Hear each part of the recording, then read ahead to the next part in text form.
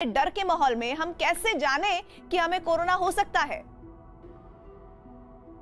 सबसे बड़ा प्रॉब्लम यही है कि अभी मौसम चेंज हो रहा है, बरसात एंट्री कर रही है, तो खांसी बुखार अभी नॉर्मल हो गया है। और लोग इतना डर गए हैं कोरोना को लेके ना कि उनका इम्यून सिस्टम मतलब एक मानसिक दबाव में जी रहे हैं। तो एक इससे घबराना भी तो नहीं है ना कि मतलब एक नॉर्मल फ्लू भी हो सकता है वो। तो कई लोगों में हम देख रहे हैं कि उनको कोरोना नहीं भी है फिर भी डर जा रहे हैं वो लोग। तो खांसी बुखार तो खैर ये तो नॉर्मल भी आता है, बट सांस का फूलना, दम फूलने लगता है, सूखी खांसी हो जाना, ये ऑक्सीजन लेवल का गिरना, ये सबसे बड़ा सिम्टम्स हो जाता है। बुखार का लेवल ज्यादा रहना, ये सिम्टम्स ज्यादा है। और ऑक्सीमीटर से ऑक्सीजन लेवल नाप लेना कि अगर आपका 94 से अबव है तो आपको कोई प्रॉब्लम नहीं है अभी के वक्त में। और जो नया स्ट्रेन है कोरोना का, वो सबसे ज्यादा डिस्टर्ब अगर कर रहा है तो वो ऑक्सीजन लेवल को एकदम गिरा रहा है। आप देखिए पूरे इंडिया का चेन सिस्टम जो था ऑक्सीजन सप्लाई का पूरी तरह से ध्वस्त हो गया यहाँ पर। खान सर, ये बताइए कि आरटी-पीसीआर से कैसे जांच होती है? आरटीपीसीआर एक बड़ा टफ प्रोसेस हो जाता है। समस्या ये है ना कि जो कोरोना वायरस है वो एक आरएनए वायरस है, और हम लोग जो जांच करते हैं वो डीएनए की करते हैं। आरएनए जो होता है एक्चुअली वो सिंगल धागा की तरह होता है, और डीएनए जो होता है वो डबल धागे की तरह, इसे डबल स्टैंडर्ड हेलिक्स कहते हैं। तो हमें सबसे बड़ा चैलेंज जो होता है वो आरएनए को डीएनए में बदलना होता है। तो इस प्रोसेस को हम लोग इस प्रोसेस में काफी ज्यादा टाइम लग जाता है। इस प्रोसेस को हम लोग कहते हैं, हम लोग रिवर्स ट्रांसक्रिप्शन कहते हैं। इसमें वजह से थोड़ा सा प्रॉब्लम आ जाता है, जिस वजह से जांच लेट हो जाती है। अब यहाँ पे आरटीपीसीआर में क्या होता है कि रिवर्स ट्रांसक्रिप्शन करता है, वो आरएनए से डीएनए में लाएगा। इसके बावजूद अब वो तो डीएनए में आ गया, लेकिन उसे कोरोना है या नहीं इसका तो पता नहीं चलेगा। तो उसकी साइकिल थ्रेशोल्ड चेक करना पड़ता है, कितने साइकिल घुमाएंगे इसको, कितने साइकिल में ये जाके कोरोना मिल रहा है। तो किसी को 2 ही साइकिल में मिल जाता है तो उसका कोरोना ज्यादा खतरनाक है। किसी कोरोना को ढूंढने में ज्यादा साइकिल लगता है, इसका मतलब उसमें कोरोना कम है। तो टोटल हम लोग 35 साइकिल घुमाते हैं, जिसे हम लोग सीटी वैल्यू कहते हैं। तो जिसका आरटीपीसीआर का मतलब होता है रिवर्स ट्रांसक्रिप्शन पॉलीमेराज चेन हो गया यहाँ पे।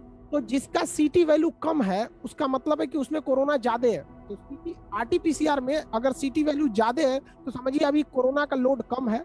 लेकिन ये सीटी वैल्यू जो है वो ये नहीं करती है कि आप मतलब सीरियस होंगे या नहीं होंगे, क्योंकि कोरोना बहुत जल्दी अपनी संख्या बढ़ा लेता है। अच्छा, आपने बताया कि सीटी वैल्यू को किस तरह से उसका हवाला दिया जाता है। आखिर आरटी-पीसीआर टेस्ट में सीटी वैल्यू क्या होती है, इसको आपने समझाया सरल भाषा में। और ये भी अब थोड़ा और डिटेल में बताइए कि सीटी वैल्यू के मायने होते क्या हैं? सीटी वैल्यू बताता है कि आपके ऊपर कितना कोरोना वायरस का लोड आ चुका है। सपोज कीजिए कि आप किसी कोई बिल्डिंग है, उस बिल्डिंग में आतंकवादी घुसे हैं सब। तो हमारे जो पुलिस फोर्स या कमांडो जाएंगे तो सबसे पहले कमरे को चेक करेंगे। तो जैसे टोटल कमरे को तो कोई चेक नहीं कर सकता है ना, तो एक प्लान बना लिया जाएगा कि हर कोने से कुछ कमरे चेक कर लेना है, बीच में से कमरे चेक करना है, लॉबी, सीढ़ी वगैरह को चेक कर लेना है। तो ऐसे वैज्ञानिकों ने बताया है कि जब हम लोग आरएनए से डीएनए बनाएंगे तो इसमें कितने साइकिल को हम लोग चेक करेंगे। तो टोटल हमें 35 साइकिल चेक करना है, उसी को कहते हैं साइकिल थ्रेशोल्ड। अब जैसे हम किसी कमरे में गए, किसी बिल्डिंग में जिसमें आतंकवादियों को ढूंढना है, जैसे दरवाजा खोले हमें आतंकवादी मिल गया, पहले ही दरवाजा में मिल गया, तो उसे सीटी वैल्यू कहेंगे 1। किसी का पहला में नहीं मिला, दूसरा में नहीं मिला, 10वां में जाके मिला, तो हम कहेंगे कि उसका सीटी वैल्यू 10 है। मतलब आतंकवादी यानी जो एनिमी है उसे ढूंढने में ज्यादा टाइम लग रहा है, मतलब दुश्मन की संख्या कम है। तो आप ऐसे अंदाजा लगाइए कि अगर किसी की सीटी वैल्यू 30 है, यानी उसका दुश्मन 30वें कमरे में मिला है, और हमें चेक करना था टोटल 35 कमरे ही। तो हम ये कह सकते हैं कि उसके उस वायरस का, उस बॉडी में जो वायरस आया है वो उसकी संख्या फिलहाल कम है। लेकिन ये नहीं कह सकते कि आगे भी कम रहेगी, क्योंकि बहुत जल्दी रेप्लिकेट करके अपनी संख्या बढ़ा लेता है ये कोरोना वायरस। तो सीटी वैल्यू बेसिकली वायरस रोड को बताता है कि कितना जल्दी वायरस मिल गया। सीटी वैल्यू कम होने का मतलब बहुत जल्दी मिल गया, मतलब आपके कोरोना का लोड बहुत ज्यादा है। तो चलिए, आपने सीटी वैल्यू के बारे में तो बता दिया, लेकिन जो मोटे तौर पर बात सामने आती है वो ये कि टेस्ट होने पर अगर पॉजिटिव रिजल्ट आए तो लोग घबरा जाते हैं। लेकिन ये भी देखा गया है कि बहुत से मरीज आसानी से ठीक हो जाते हैं। कोरोना पॉजिटिव होने पर हमें ये पता कैसे चलता है कि खतरा जो है वो कितना बड़ा है? सीटी वैल्यू के बाद आप खतरे को नहीं बता सकते हैं। जैसे किसी का सीटी वैल्यू 5 है तो नो डाउट ये बता सकते हैं कि नहीं भैया इसमें कोरोना भर चुका है, और किसी का सीटी वैल्यू 30 है तो हम ये कह सकते हैं कि एट अ टाइम उसके बॉडी में अभी कोरोना उतना नहीं है। लेकिन यहाँ दो समस्या है, जिसका सीटी वैल्यू 5 है उसके शरीर में पूरा कोरोना भर चुका है, लेकिन अगर इसका इम्यून सिस्टम सही होगा तो ये इस कोरोना को हरा देगा। और किसी का सीटी वैल्यू 30 है तो उसमें अभी कोरोना भरा नहीं है, लेकिन अगर उसका इम्यून कमजोर होगा तो उसे कोरोना हरा देगा। तो ओवरऑल ये डिपेंड करता है कि हमारे इम्यून सिस्टम पे, और इम्यून सिस्टम के लिए एक बहुत बड़ा चीज होता है कि हमारा मनोस्थिति कैसी है। यदि हम मानसिक रूप से एकदम दृढ़ है कि नहीं हम कोरोना को हराएंगे ही हराएंगे, तो हमारा इम्यून उस समय डबल काम करने लगता है। और इसलिए आप देखते होंगे ना, हमारे इम्यून को बढ़ाने के लिए, जैसे सेना युद्ध करने जाती थी पहले जमाने में तो नगाड़े ढोल बजते थे, ये क्या करता था, ये हमारी शक्ति को बढ़ाता था। उसी तरह हमारी बॉडी की इम्यून सिस्टम को बढ़ाने के लिए हमारा मनोविश्वास होना चाहिए कि हम इससे जीतेंगे। लेकिन अभी क्या हो रहा है कि बेड की संख्या हॉस्पिटल में इतनी कम है कि कोई मरीज बेचारा एडमिट है, वो बच सकता है, लेकिन वो देख रहा है कि मेरे बगल में एक डेड बॉडी पड़ी है, इसके बगल में, वो बेचारा होपलेस हो जा रहा है, उसकी खुद की बीपी कम हो जा रहा है, हार्ट बीट उसकी बढ़ जा रही है। ये एक बहुत बड़ी समस्या हो गई हमारे सामने। ऑक्सीमीटर के लिए ये तो कह सकते हैं कि बहुत ज्यादा मददगार है, आपको एट अ टाइम बता देता है कि हाँ आपका ऑक्सीजन लेवल घट रहा है। आप खुद से अरेंज कर सकते हैं या फिर कुछ प्रिकॉशन ले सकते हैं, क्योंकि हॉस्पिटल में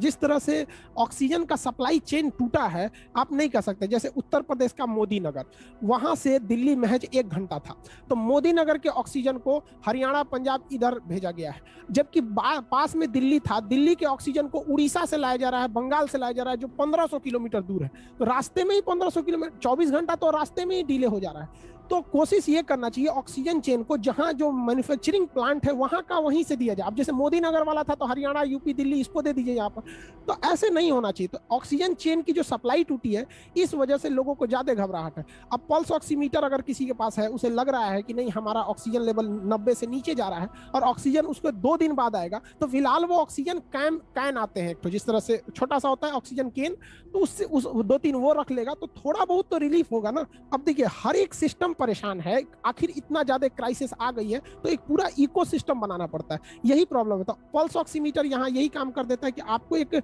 पहले से आपको प्रिपेयर होने का एक मौका दे देता है कि मेरा ऑक्सीजन लेवल नीचे गिर रहा है। ठीक है, सबसे परफेक्ट बात यही है। हमने कई हॉस्पिटल से हम बात किए, इवन हम डॉक्टर लोग भी हमको बताएं कि बहुत सारे ऐसे मरीज हैं जिन्हें हर हाल में एडमिट करना जरूरी है, लेकिन हॉस्पिटल में जगह नहीं है, वो बाहर बेचारे मर रहे हैं। और कुछ ऐसे मरीज हैं जो घर पे ही ठीक हो सकते हैं, बट वो आईसीयू में बैठे हुए हैं।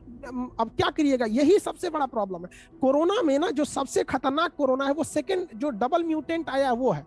जो प्राइमरी कोरोना था जो वुहान से आया था वो ज्यादा खतरनाक नहीं, या पोस्ट वैक्सीन कोरोना, जैसे किसी को वैक्सीन लग गया उसे फिर कोरोना हो जाता है तो किसी कीमत पे नहीं मरेगा वो। अब किसी का इम्यून एकदम खराब है तो उसकी तो कोई गारंटी नहीं लेता। री इन्फेक्टेड मरीज, कई मरीज को देख रहे हैं जिन्हें री इन्फेक्शन हुआ है, वो भी हॉस्पिटल में एडमिट है। तो ये लोग तो अपने से ठीक हो जाएंगे, 85% मरीज खुद से ठीक हो जाएंगे, बशर्ते उन्हें हिम्मत की जरूरत होनी चाहिए।